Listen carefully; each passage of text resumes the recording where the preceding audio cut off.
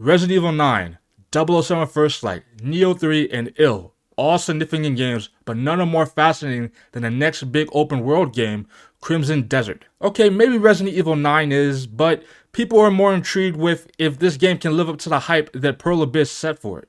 And this game's apparent release date being in Q4 of 2025, it seems a little far-fetched that we're getting this much material in one game so soon. You would think this game is still a year or so out for being released, but still this open world game is like no other game I have seen before. As the end of the year quickly approaches, other big games like Chrono Odyssey and Metal Gear Solid Delta are also coming out. And if this game gets pushed back, it might be competing with Grand Theft Auto 6, and let's be honest, Grand Theft Auto 6 is going to crush this game. At least when it comes to sales. I've been interested in this game since the Gamescom trailer in 2023, and this game has been looking more and more ridiculous with every trailer. This game seems to be jam-packed with content and mechanics like different martial arts, or I think that's some kind of special ability of some sorts. Many different ways to traverse the world, combat, and more. And this game wears his influences on his sleeve, with clear influences from Assassin's Creed, The Witcher 3, and Norse influences spread throughout the game as well. Crimson Desert was meant to be a MMORPG when first shown, and a prequel to Dark Desert Online, Pearl Abyss's previous MMO title. Pearl Abyss, the studio that developed both games, after a while decided to shift Crimson Desert into a single-player action-adventure game, with some multiplayer elements. They also plan on adding more content to the multiplayer later on after its release.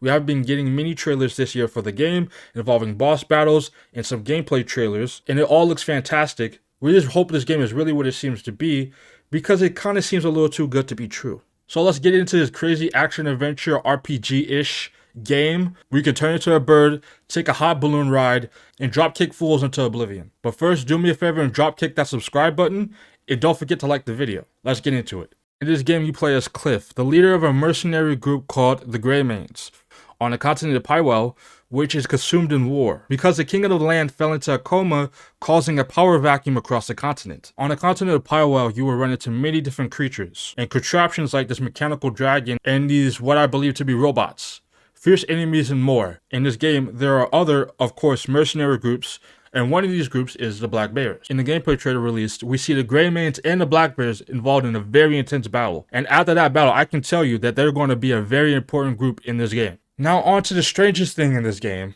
this place called the Abyss, or I believe it's called the Abyss. The Abyss are these ancient floating ruins above Pywell, which seems like it can be accessed by going through one of these portals or by other means. It appears that these floating ruins are important to the game's main story, and there are multiple portals to the Abyss around Pywell. Now on to gameplay. Combat looks absolutely crazy. The wrestling moves, drop kicking, the weapons, all of it. They look like there's more too, as seen in the trailer. It looks like you get abilities throughout the game from defeating bosses. For instance, Hex Marie is seen to have her ability to control or turn into a raven. In the trailer, you see Cliff turning into a raven-like thing and gliding across the sky. Same with other bosses and the abilities they displayed. Later, you see Cliff using the same moves. But what I heard, there's going to be a horde of enemies on the screen, fighting, giving me the Dynasty Warrior kind of gameplay vibe. Which, more enemies shouldn't be a problem with all the ways you have to dispatch them at your disposal. When multiplayer, I wonder what they have in mind. Do you create your own character and go out into the world? We see in one of the trailers a female character engaging in combat. Or is she a playable character in the main single player portion of the game? The single player part of the game is going to run about 50 to 80 hours stated in the article, so playing as multiple characters could be an interesting change-up. Of course, I'm sure this game has plenty to do outside of the main story. Exploring the continent of Pywell will have gamers immersed for hours. It's going to have me immersed for hours, but you also got a bunch of mini games and other fun little things to do, like fishing, cooking, and interacting with NPCs. Another really big part of gameplay is traversing the world, and this game is doing it like no other. There's lots of ways to get around the world. You can even take a hot air balloon ride, but as I said, you can glide, skydive, ride your horse, ride a dragon, or even pole vault over walls.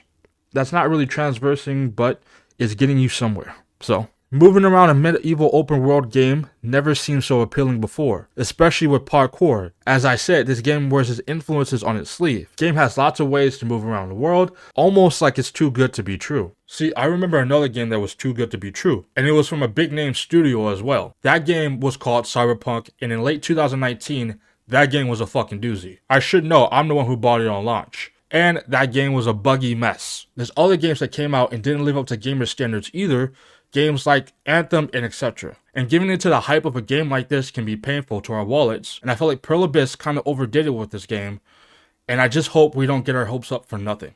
I really can't believe how much is supposed to be in this game. It seems like too much, but if they somehow pull this off, and the game is like an 8 out of 10 or a 9 out of 10, we have to give Pearl Abyss their credit. And possibly look at these other game studios like, why the hell are you competing with this? I mean, look at Black Myth Wukong. I thought that game was a little too good to be true too when I seen the trailers were coming out, but here we are, almost a year later, and that game is amazing. So I'm holding out hope.